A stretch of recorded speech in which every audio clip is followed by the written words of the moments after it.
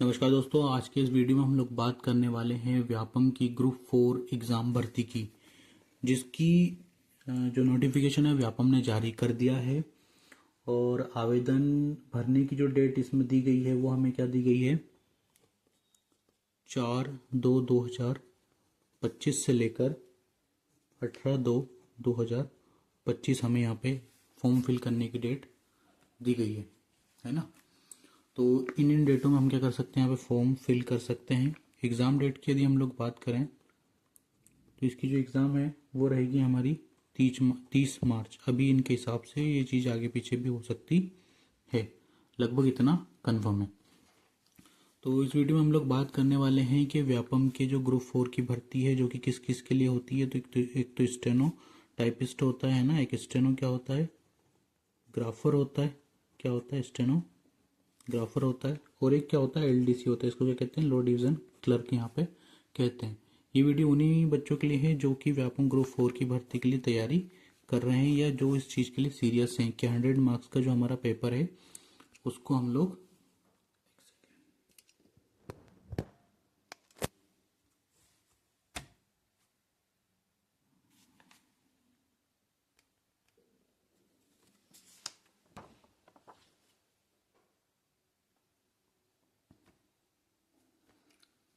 ठीक है।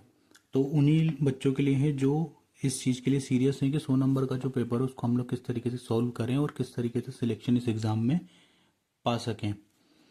तो देखिए, मैं आपको बता दूं कि 3 चीज़ों के लिए ये भर्ती यहाँ पे निकलती है। मेनली इसमें ज़्यादातर पद होते हैं क्लर्क के, जो कि हमारा कंप्यूटर ऑपरेटर साधारण भाषा में कहते हैं। स्टेनोग्राफर होता है, स्टेनोटाइपिस्ट। अब स्टेनोग्राफर स्टेनोटाइपिस्ट में क्या फ़र्क है, तो ये जो जॉब होती है 2400 ग्रेड पे की होती है, और ये जो होती है 2800 ग्रेड पे की। बाकी जितने भी क्लर्क होते हैं सभी 1900 ग्रेड पे के होते हैं, हालांकि ग्रेड पे भी ख़त्म कर दिया गया है ना। एलडीसी में सबसे ज़्यादा पद इसमें निकले हैं, और ये जो भर्ती है लगभग कितने 800 प्लस पदों पे निकली है, तो पद काफ़ी हैं। हालांकि 23 में जो एग्ज़ाम हुई थी उसकी तुलना में पद कम है, लेकिन फिर भी बहुत है, क्योंकि 23 के बाद सीधे 24 में नोटिफिकेशन, 25 में एग्ज़ाम आ रही है, तो बहुत जल्दी एग्ज़ाम आ चुकी है। तो 800 पद भी मेरे ख्याल से काफ़ी हैं, क्योंकि इतने ही 800 पद अभी हमें एसआई में मिलने वाले हैं। लड़कियों के लिए महिला पर्यवेक्षक की भर्ती भी सामने है, और बहुत जल्द एमपी हाई कोर्ट भी वैकेंसी अपनी यहाँ पे देने वाला है। फिलहाल बात करते हैं कि जो सामने है उसको किस तरीके से खाया जाए। तो 100 नंबर की हमारी व्यापम ग्रुप 4 की एग्ज़ाम होती है। अब हमें पता है कि यहाँ पे 100 नंबर में जो एग्ज़ाम का जो पैटर्न होता है इसमें लगभग 6 से 7 सब्जेक्ट यहाँ से पूछे जाते हैं। 6 से 7 क्या रहने वाले हैं इसमें, यहाँ पे सब्जेक्ट रहने वाले हैं। 6 से 7 यहाँ पे सब्जेक्ट पूछे जाएंगे। इसमें मेनली जो मैं आपको बता देता हूँ क्या क्या चीज़ें रहती है। एक आपका रहता है मैथ, मैथ के बाद एक आपका रहता है क्या, रीजनिंग रहती है। रीजनिंग के बाद एक आपका क्या रहता है, मेन कंप्यूटर रहता है। कंप्यूटर के बाद एक आपका मेन रहता है इसमें हिंदी। ठीक, तो ये 4 सब्जेक्ट हो गए। हिंदी के बाद एक रहता है एमपीजी के, है ना, एमपीजी के रहता है। और इसके अलावा हम लोग बात करें तो इसमें क्या रहती है, एक इंग्लिश भी रहती है। तो कितने 6 सब्जेक्ट हमारे यहाँ पे हो गए, है ना। 6 सब्जेक्ट जो है इसमें मेन यहाँ पे अपनी भूमिका निभाते हैं। अब इसमें क्या होता है कि इन सब सब्जेक्ट को यदि हम 15-15 भी करें तो 15 दूनी 30, 15 दूनी 45, 15 चौको 60, 15 पचपन 75, 15 छंकी 90। तो 6 के हिसाब से यहाँ पे कितना हो रहा है, 15 के हिसाब से 90। लेकिन पेपर कितने नंबर का है, 100 नंबर का है। तो इस सॉल्यूशन को किस तरीके से हटाएं, इसका सॉल्यूशन किस तरीके से निकालें। तो इसमें क्या किया जाता है कि किन्हीं भी जो 5 सब्जेक्ट हैं उन पे 2-2 नंबर बढ़ा दिए जाते हैं। यानी कि इंग्लिश आपको 17 नंबर की पूछी जाएगी, मैथ 17 की पूछी जाएगी, रीजनिंग भी 17 की पूछी जाएगी, कंप्यूटर 17 का, हिंदी हो सकता है 15 की आ जाए तो यहाँ पे, या फिर एमपीजी के 17 का हो जाए। ठीक, आगे बात समझ में। या फिर ये 15 इनमें से किसी में भी हो सकता है, फिर ये 17 इनमें से किसी में भी हो सकता है। ये मैं आपको एक अंदाजा बता रहा हूँ। ठीक, दो दो क्वेश्चन किसी भी जो सब्जेक्ट है उसमें कम रहेंगे, उसमें 15 क्वेश्चन रहेंगे, बाकी सब में 17-17 क्वेश्चन रहेंगे, क्योंकि उनको क्राइटेरिया क्या पूरा करना है, 100 क्वेश्चन का। पिछली बार की यदि हम लोग बात करें तो 23 में जो एग्ज़ाम हुई थी वो एग्ज़ाम इतनी रद्दी लेवल की एग्ज़ाम हुई थी कि उसका यदि आपने तैयारी की हो 15 या फिर 16 या फिर 18 के पेपरों को देख के यदि आपने ग्रुप 4 की तैयारी की हो तो आपको पता चलेगा कि 23 का जो पेपर हुआ था बहुत घटिया लेवल का पेपर था। इतना घटिया लेवल का पेपर था कि जो बच्चे 85 घर से मान के चल रहे थे उनको उसमें 60 प्लस नंबर आए थे। यानी कि पेपर का जो पैटर्न था ग्रुप 4 की एग्ज़ाम के अकॉर्डिंग नहीं था, बहुत ज़्यादा हाई लेवल का पेपर इसमें यहाँ पे रखा गया था। इसीलिए कट ऑफ भी हाई गया था। लोगों के 70-72 नंबर पे भी इसमें नौकरियां लगी हैं, 75 पे भी लोगों ने ज्वाइनिंग दे दी है। ओबीसी SC ST कोई फर्क नहीं पड़ता है। तो इतने इतने नंबर पे भी यहाँ पे सिलेक्शन हुए हैं। इसी को देखते हुए अब आपको किस तरीके से तैयारी करनी है, क्योंकि आपके पास ज़्यादा टाइम नहीं है। 31 मार्च यदि आपको दी हुई है, 31 मार्च यदि आपको यहाँ पे दी हुई है, तो आपको पता है कि आपके पास फरवरी और मार्च 2 मंथ ही बचे हुए हैं। इन 2 महीनों के अलावा आपके पास ज़्यादा टाइम यहाँ पे अब नहीं है। तो तैयारी किस तरीके से करना है आपको मैं बता देता हूँ। एक बुक की पूरी लिस्ट में आपको बता देता हूँ किस सब्जेक्ट के लिए कौन सी बुक आपकी सही रहेगी। देखिए, जिन लोगों ने 2023 में एग्जाम दिए तो उनको ये पता है कि उनका जो बेसिक है वो कंप्लीट है, तो उनको तैयारी करनी है। सिर्फ इस बार एडवांस की ओर अपना क्या करना है, पूरे यहाँ पे रिवीजन अपना कंप्लीट करना है, किस तरीके से वो रिवीजन कर सकते हैं। ठीक है। दूसरी बात है, जिन लोगों ने अभी तक एग्जाम नहीं दी, जो एकदम न्यूली हैं, बात एक चीज़ की और कर लें। यहाँ पे क्वालिफिकेशन की भी हम लोग बात कर लेते हैं कि इसमें क्वालिफिकेशन क्या क्या रहेंगे। तो देखिए, मिनिमम 12th रहता है, उसके अलावा CPCT भी रहता है, उसके अलावा आपका 1 ईयर कंप्यूटर डिप्लोमा जो कि क्या होता है DCA PGDCA कोपा कुछ भी हो सकता है। और स्टेनो वालों के लिए स्टेनो रहेगी 80 और 100 दोनों में। ठीक है, 80 और 100 दोनों में। इसी में आपका PA का भी पोस्ट आ जाता है, पर्सनल असिस्टेंट वाला, जो कि कितने का होता है, 3600 क्रेडिट पे का होता है। बड़ी पोस्ट होती है, पर वो 1 या 2 ही यहाँ पे रहती हैं। बात कर लेते हैं हम लोग यहाँ पे इसके अलावा बहुत सारी, जैसे हीरा पार्की की पोस्ट होती है तो उसके लिए डिप्लोमा आपको चाहिए। म्यूजियम कीपर की होती है तो उसमें डिप्लोमा चाहिए। कुछ लैब टेक्नीशियन की होती है, वहाँ पे आपको अलग डिप्लोमा होता है ना। तो अलग अलग चीज़ के लिए अलग अलग तरह के डिप्लोमे हमारे यहाँ पे होते हैं। म्यूजिक की वैकेंसी निकलती हैं, तो अलग अलग चीज़ के लिए। पर मैं मिनिमम आपको बता रहा हूँ कितनी चीज़ आपके पास होनी चाहिए। कम से कम 12th होनी आवश्यक है। ठीक, बात कर लेते हैं आगे। तो बेसिक वालों को क्या करना है, अपना एडवांस कंप्लीट करना है। लेकिन जो लोग स्टार्टिंग के पेपर दे रहे हैं, जो पहला पेपर अपने यहाँ पे दे रहे हैं, वो इन चीज़ों को किस प्रकार से कंप्लीट करें उस पर हम लोग यहाँ पे अपनी बात करेंगे।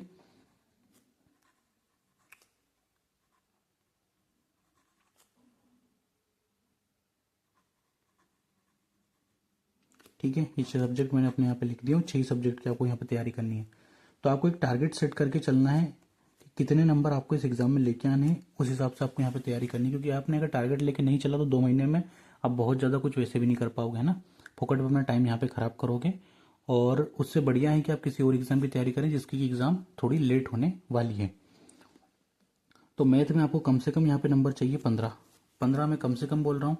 लेकिन बहुत ज़्यादा कमज़ोर बच्चा है तो वो 13 से 14 भी लेके चल सकता है। ठीक है, कंप्यूटर इजी आता है तो आप यहाँ पे इसको कम से कम 15 मान के चलिए। हिंदी इजी आएगी, 15 मान के चलिए। रीजनिंग में 15 मान के चलिए।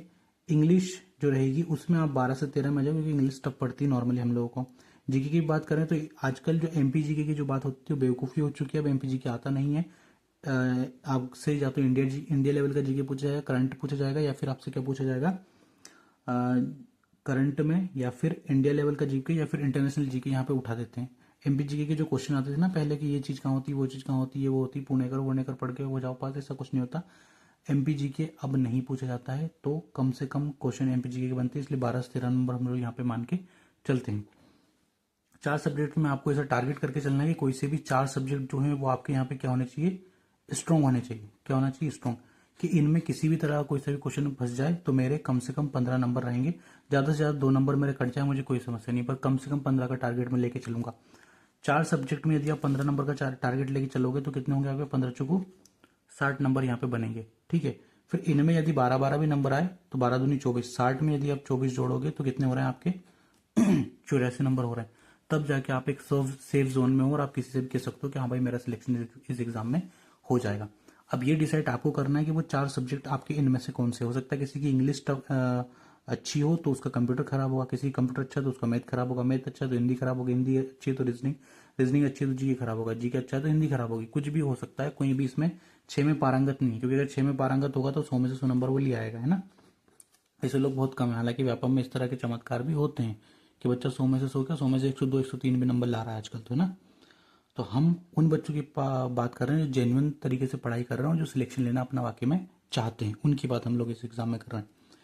कोई से 4 सब्जेक्ट पकड़ लो, 2 महीने हैं आपके पास, 2 महीने में बुक ले लो, बुक उस हिसाब से पढ़ाई करो कि आपको किस सब्जेक्ट के लिए कौन सी बुक बेहतर रहेगी। उसके लिए आपको क्या देखना है कि ओल्ड क्वेश्चन पेपर को आपको रीड करना पड़ेगा। वहां से आपको आइडिया मिलेगा कि किस किस एग्जाम के लिए कौन सी बुक बेहतर रहेगी, लेवल क्या होने वाला है, कौन सी बुक सटीक रहेगी, वरना कुछ भी उठा के बैठ जाओगे और कुछ भी नहीं निकलने वाला है। तो बात यदि हम लोग करें कि कंप्यूटर की बात करते हैं तो कंप्यूटर देखिए बहुत ज़्यादा एडवांस कंप्यूटर नहीं आता है। हालांकि अगर उसने 16 वर्जन या फिर उसने 18 या 21 वर्जन अगर पूछ लिया तो समस्या जाएगी। लेकिन अगर उसने विंडो 10 तक रहा हो, अगर वो विंडो 10 तक रहा तो इजी रहेगा, 7 के क्वेश्चन रहे तो इजी रहेगा। पर बहुत ज़्यादा पीछे का पूछ लिया, यानी मान लो उसने एक्सपी पूछ लिया, तो वैसे भी अपने नंबर कटने हैं। तो आपको चीज़ें इस तरीके से पढ़नी है कि बहुत कन्फ्यूजन आपको ना हो, भले आप कम पढ़ो लेकिन वो आपका स्ट्रांग होना चाहिए। तो फुल एंड फाइनल बात जो मैं आपको कहना चाहता हूँ कि कंप्यूटर में ज़्यादा मत उलझना। एक मंथन नाम की बुक आती है, मंथन ले लेना, आपका काम वहीं से हो जाएगा। ठीक है, मंथन ले लेना। और एक छोटी सी लूसेंट आती 50 रुपए की, वो ले लेना। ठीक, दूसरी बात है, टेक्स्ट बुक पे अगर आप लोग प्रैक्टिस कर रहे हो, है ना, टेक्स्ट बुक पे अगर प्रैक्टिस कर रहे हो तो व्यापम ग्रुप 4 के ओल्ड पेपर प्रीवियस ईयर के पूरे पेपर लगा लेना। और जिन जिन में कंप्यूटर आता है वो सब लगा लेना। पटवारी में कंप्यूटर आता है, एमपी एसआई सूबेदार जो होती है उसमें कंप्यूटर आता है, एएसआई एलडीसी में कंप्यूटर आता है ना, और एमपी हाईकोर्ट में कंप्यूटर आता है, उसमें इंग्लिश में कंप्यूटर आता है 20 नंबर का। तो वहां से आप देख सकते हो, तो आपको बहुत ज़्यादा हेल्प मिलेगी। बाकी बात करें किसकी, हिंदी की बात कर लेते हैं। तो हिंदी में क्या देखना है सर, तो हिंदी कुछ नहीं, लूसेंट खरीद लो, अपना काम वहीं से हो जाएगा। मैथ की बात करें तो मैथ में क्या लें, मैथ में एक बुक आती है अचीवमेंट करके, हिंदी में लिख देता हूँ अचीवमेंट, है ना, अचीवमेंट करके एक बुक आती है मैथ की, बहुत शानदार है। एमपीजीके की बात कर लेते हैं, बुक भी आपको बता ही देता हूँ। तो एमपीजीके में पुणेकर पढ़ लो, हो जाएगा आपका काम। अगर एमपी से क्वेश्चन आए तो पुणेकर से बाहर नहीं जाएंगे। करंट की बात करें तो मैं आपको बता देता हूँ कि एमपी